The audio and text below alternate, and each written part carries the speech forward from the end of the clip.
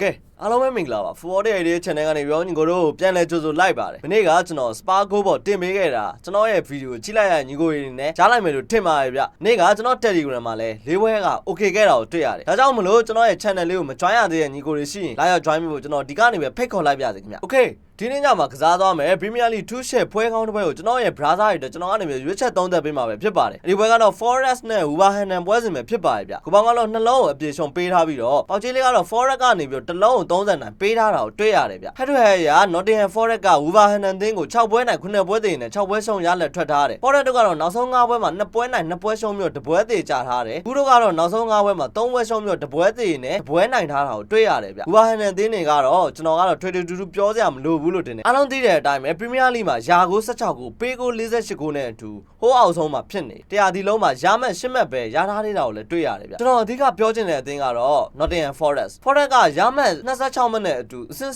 19တန်းစင်းဆောင်ကနေဝဟန်ကို2မှတ်အကွာအနေထားမှာရှိနေတယ်ဒါကြောင့်မလို့နီးပြရှောင်းတိုက်ရဲ့ Forest ကဒီပွဲမှာအနိုင်သို့မဟုတ်တရေအနေထားထွက်အောင်လို့တခုခုလောက်ကိုလောက်ပြရမယ်လို့ကျွန်တော်ထင်တယ်လူစင်းရရောဒဏ်ရာပြဿနာအနှဲငယ်ရှိနေပေမဲ့ဘူဘာဟန်နန်လိုအသင်းကိုတူတင်ကိုတင်ကစားလို့ရမယ်အနေထားနောက်ဆုံးထိတ်ထိုက်တွေ့ဆုံမှု9ပွဲမှာလည်း9ပွဲစလုံးကမရှုံးထားသေးဘူးကျွန်တော်ကတော့ဂိုးပေါင်းရဂိုးအောက်လေးကိုတော့ပို့သဘောကျတယ်ဒီပွဲမှာဂိုးအောက်ပေးခြင်းတယ် body ဆိုရင်တော့ကျွန်တော် Nottingham Forest body ပဲရွေးချက်ပေးလိုက်ပါတယ်ဗျဆုံးဖြတ်ကြည့်သွားပြီးအတွက်ညီကိုတို့တောက်ချင်းစီတိုင်းကိုကျေးဇူးတင်ပါတယ်ဝယ်အောင်လေးမောင်းတဲ့လေးလည်းတင်ဆက်ပေးနေတာမလို့ကျွန်တော်ရဲ့ Telegram channel လေးကိုလာ join ပေးပါအောင်ကျွန်တော် channel ရဲ့ link ကိုလည်းကျွန်တော်ရဲ့ bio မှာချထားပေးပါရဗျ